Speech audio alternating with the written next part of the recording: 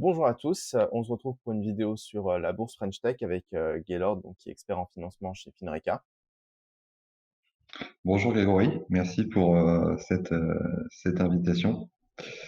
La bourse French Tech est un dispositif avec une forte notoriété, notamment auprès des porteurs de projets innovants, et on va comprendre, j'espère, un peu mieux pourquoi à l'issue de cet échange. Ok. Bah, c'est vrai que c'est très souvent sollicité par beaucoup de porteurs de projets, donc j'ai hâte d'en savoir un petit peu plus sur bah, voilà, qu'est-ce que c'est et comment on y accède. Bien, donc la bourse French Tech porte bien son nom. C'est une bourse, donc la nature du financement, c'est une subvention qui peut être sollicitée en création ou post-création, mais avant la première année de l'entreprise. Donc, faut être vigilant, hein, le temps passe vite, et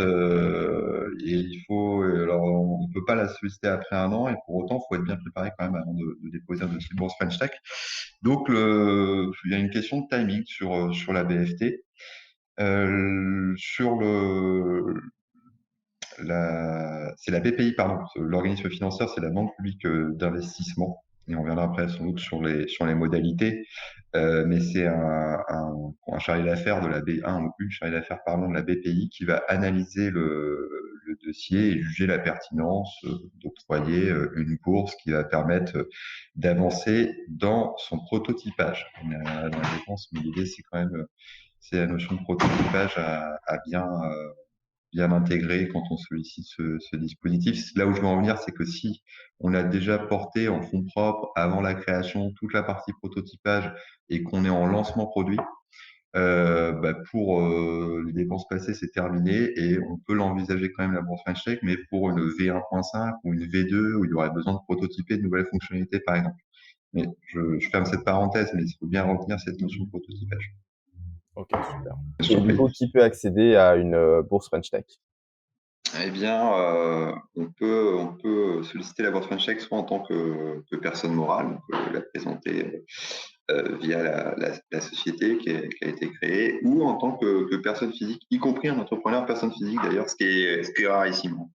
Dans l'univers des financements institutionnels, il faut toujours être constitué en société, Mhm. tout simplement parce que cette personnalité morale détient un patrimoine propre, contrairement à l'entreprise individuelle où il y a une confusion des patrimoines entre le dirigeant et son activité professionnelle. Et quand on alloue des deniers publics à un projet, on préfère quand même que ce soit alloué dans une structure qui a un patrimoine distinct du patrimoine personnel pour éviter la confusion, hein, on peut bien le comprendre. Donc c'est assez rare. Alors d'ailleurs, je pense pas avoir déjà vu une BFT accordée à une personne physique. Si en bourse en French Tech tremplin, c'est tout à fait. Mais en bourse French Tech classique, c'est plutôt rare, je pense.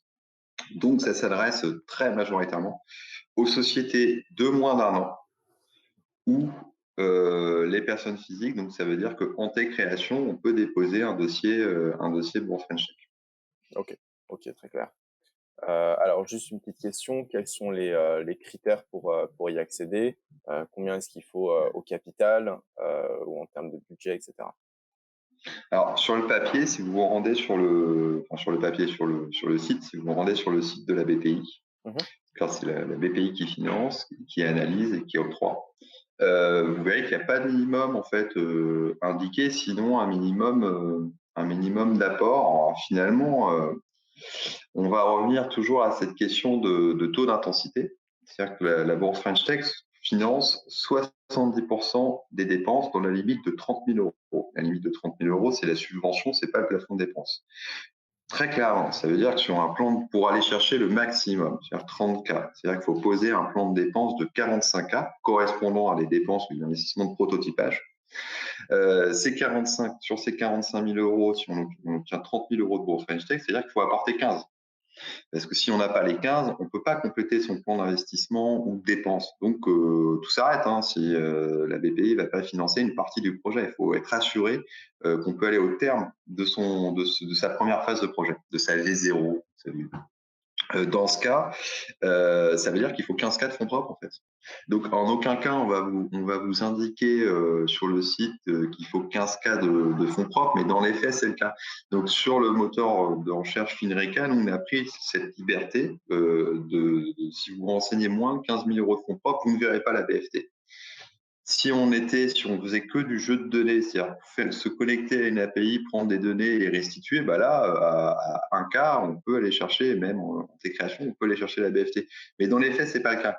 Il y a beaucoup de dossiers BFT qui sont présentés dans toutes les régions. Il y a une sélection évidemment qui s'opère et un projet trop fragile parce que insuffisance de fonds propres ou d'apport, je comprends parfaitement qu'il soit mis de côté au profit d'un dossier plus structuré à la fois sur le plan financier et sur le plan sans doute du développement d'ailleurs. Donc, moins de 15 cas de fonds propres. Vous pouvez solliciter avec 10 cas une grosse French Tech. Donc, déjà, le montant, vous ne pourrez jamais aller chercher 30 cas à Mhm. cause du taux d'intensité. Premier élément. Et deuxièmement, si vous êtes dans une région où il y a beaucoup de dossiers, type si vous êtes sur l'antenne bordelaise de la BPI ou à Paris ou dans les Hauts-de-Seine, ou même globalement sur toute la région Île-de-France, ça va être plus compliqué quand même. Donc retenez que le montant minimum, selon moi, ce n'est que ma vision des choses après tout, c'est 15 000 euros de fonds propres. Fonds propres. Ok. Ok, super. Et est-ce que la BPI se trouve dans toutes les régions? On peut avoir accès à la bourse French Tech partout, qu'on soit en France? Ah, bonne question. Non. Depuis peu, en fait, à Paris. Alors, dans la région Île-de-France, oui, mais dans le département du 75, c'est le PIA, Paris Innovation Amorçage, qui remplace la BFT depuis peu. Donc, dans ce cas, ça implique en fait d'être forcément incubé dans une structure, dans un incubateur labellisé Paris Innovation. Donc, à Paris, on ne sollicite plus la BFT, mais en petite couronne, on la sollicite. Ouais. Alors, c'est d'autant plus que je fais une parenthèse, mais auparavant, on pouvait cumuler BFT et PIA. Aujourd'hui, de fait, ce n'est plus Possible. possible. Ok. Ok. Et est-ce qu'il y a, comme pour les prêts d'honneur ou pour les autres ou pour les subventions, est-ce que c'est plus difficile d'une région à une autre? Est-ce que la compétitivité varie? Ouais, ouais, ouais. Il y a un sujet de concurrence, de sélection et très clairement, si vous êtes sur des territoires avec, par exemple, des grandes écoles d'ingénieurs, si vous n'êtes pas loin de Paris-Saclay, par exemple, ou de Polytech ou l'école des mines à Saint-Etienne. Enfin voilà, on a une offre assez étendue en France. Enfin, plus on est dans une grande métropole, plus la concurrence sera forte parce que vous allez avoir des projets très bien structurés, portés par des équipes très bien formées, qui souvent d'ailleurs ont fait la maturation du projet pendant leurs études, ont empilé les briques technologiques et quand ils arrivent, ils sont prêts, quoi. Et là, il faut pas être juste dans une idée de concept, faut être assez avancé quand même dans la vision de la concrétisation de son projet, avoir une bonne vision marché. L'aspect marché est important, même si on est sur les dépenses de prototypage, c'est quand même pour des projets à potentiel. Donc, on se fait pas plaisir avec une bourse French Tech, entre guillemets, c'est que il faut avoir une vraie vision derrière pour la commercialisation, le développement de la structure qui va découler du projet des dépenses de prototypage qu'on va demander à faire financer la BPI à hauteur de 70%. Ok. En gros, je veux financer les dépenses de prototypage pour m'aider à arriver à un POC, arriver à une preuve de concept, qui elle-même m'aidera à aller chercher une levée en seed. Très clair. Très clair, très clair. Alors, comment se déroule le processus de candidature? Alors, il faut contacter le conseiller de son antenne régionale. Alors, en fait, parfois, à l'échelle d'une région, on peut avoir 2, 3, 4 antennes. Enfin, les régions sont devenues très grandes depuis qu'on a que 13 régions. Et il y a une disparité, quoi. Vous avez des régions où on peut trouver un interlocuteur à une antenne BPI dans les plus grandes villes, on va dire, et d'autres où c'est concentré sur une ville. Donc, faut solliciter directement la BPI en disant qu'on compte solliciter une bourse French Tech et qu'on souhaite être mis en relation avec la personne en charge des projets innovants. Pour le coup, alors, il y a une chose dont je n'ai pas parlé. La BFT, c'est pour les projets innovants, a priori de tout type d'innovation, c'est-à-dire une innovation d'usage, de marché ou une innovation technologique. Moi, ce que je vois, c'est que ce sont très majoritairement des projets tech quand même qui sont financés. C'est une innovation au sens technologique du terme. Si son projet, c'est juste, pardon, juste, c'est pas juste, mais si on est sur un registre d'innovation de rupture, enfin une rupture dans l'usage ou dans une approche marché, c'est possible, hein, mais ça va être plus compliqué qu'une innovation tech, parce que la partie description du projet d'innovation dans le dossier de la BFT à remplir, elle est pas light. Alors c'est un premier niveau, hein, un dossier BFT en 8 pages, c'est plié, mais faut quand même pas sous-estimer les efforts d'itération sur cette demande. Pour le processus, on contacte l'antenne régionale, on est mis en relation avec un chargé ou une chargée d'affaires. On lui présente dans les grandes lignes son projet et si elle valide, entre guillemets, il ou elle valide, il vous envoie un template à compléter, un Word, un ou deux sheets Excel, et il faudra en complément transmettre un BP financier. Très clair. Ça se complète assez facilement, hein. A priori, le truc, c'est qu'il faut intégrer la dimension concurrentielle, et donc faut aller, faut surtout pas bâcler évidemment, mais faut aller assez loin. Moi, je vois beaucoup de dossiers de candidature, et il y a des porteurs de projets qui vont très loin. Ok, super. Et le temps de tout ce processus, combien de temps ça prend entre le moment où on candidate et le moment où on peut recevoir l'argent? Ouais, donc on peut dire 6-8 semaines. 6 semaines. Ça Ok, peut sans doute aller plus vite, mais super. Et est-ce que, comme pour les autres subventions, est-ce qu'il y a un moment où c'est favorable de candidater? ouais, moi, enfin, de toute façon, idéalement avant octobre quand même. Alors si on est dans une grosse métropole, enfin voilà, si on a par exemple une antenne BPI comme à Bordeaux qui réunit enfin, qui a un grand territoire en fait à couvrir, je pense qu'il faut essayer de l'envoyer avant la fin du premier semestre. Ça me paraît plus prudent. Après, si vous êtes en région Normandie ou dans les Hauts-de-France, il y a un peu plus de bandes passantes quand même.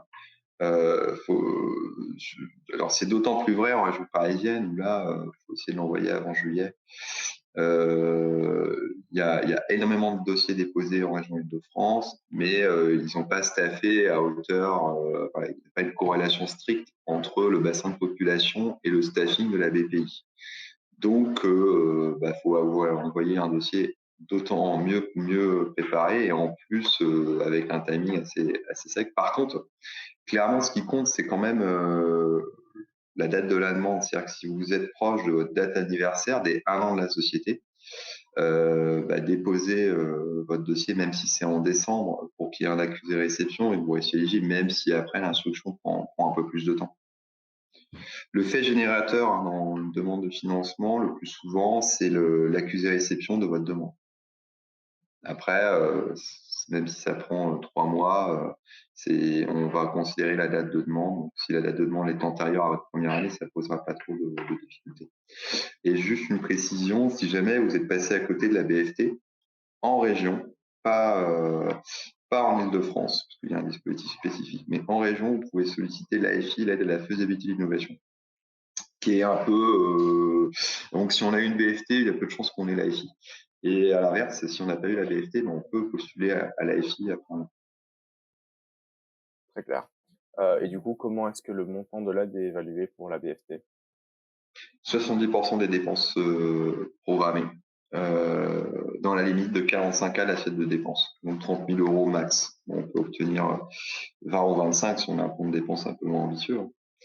Si on est seul, qu'on maîtrise une partie du dev dans le cadre d'un projet de développement, qu'on a des dépenses de prototypage assez limité. Voilà, on peut solliciter la bourse French Tech pour évidemment moins de 30K, mais attention à ce que je rappelais tout à l'heure, comme il y a beaucoup de dossiers, on va quand même regarder les projets. Enfin, si on demande la bourse French Tech pour 15K, je suis pas sûr le dossier soit analysé euh, avec la même attention que sur un projet un peu plus costaud qui a plus de chances de survivre derrière. De toute façon. Bon, après, ça va dépendre aussi de la question de l'équipe, du background de l'équipe, de sa capacité à mener à bien le projet est aussi regardé par l'analyste BPI. Mais attention, on est quand même sur une subvention pour du prototypage. C'est un super dispositif pour disposer de trésorerie et faire les premières dépenses et arriver à prouver, enfin, atteindre son objectif de présenter une V0 ou une V1 très imparfaite, mais qui permet, pourquoi pas, de contractualiser une preuve de concept ou un pilote, pardon, avec une entreprise ou une collectivité et permettre d'aller chercher d'autres financements ou un financement bancaire un peu plus important parce qu'on commence à avoir un peu de traction. C'est quand même un super dispositif pour amorcer son projet. Ok, très clair. Et du coup, quelles sont les dépenses qui sont éligibles avec la BFT? Alors sur le site Finreca, vous accédez à la fiche de détail à condition d'avoir renseigné 15 000 € de fonds propres pour que le dispositif ressorte, hein, évidemment. Mais on va considérer en fait les frais externes, donc accompagnement, frais juridiques éventuellement, études de faisabilité.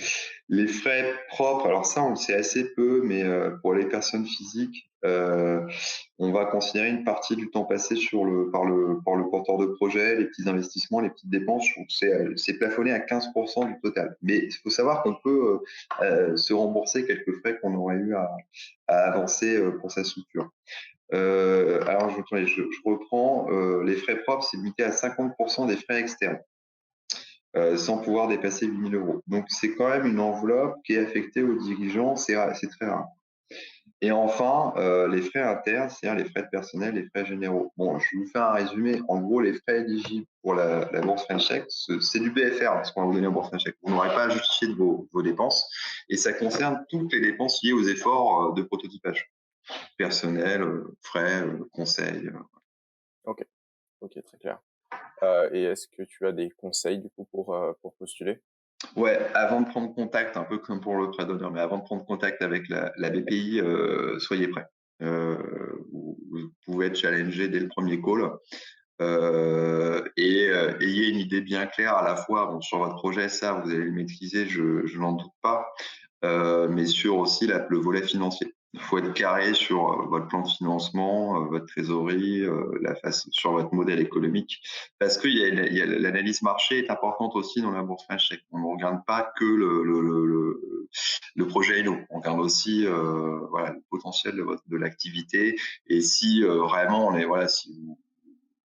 si ce que vous présentez, c'est un MeToo d'une structure même pas étrangère, mais française avec juste une petite brique technologique, ça va être compliqué.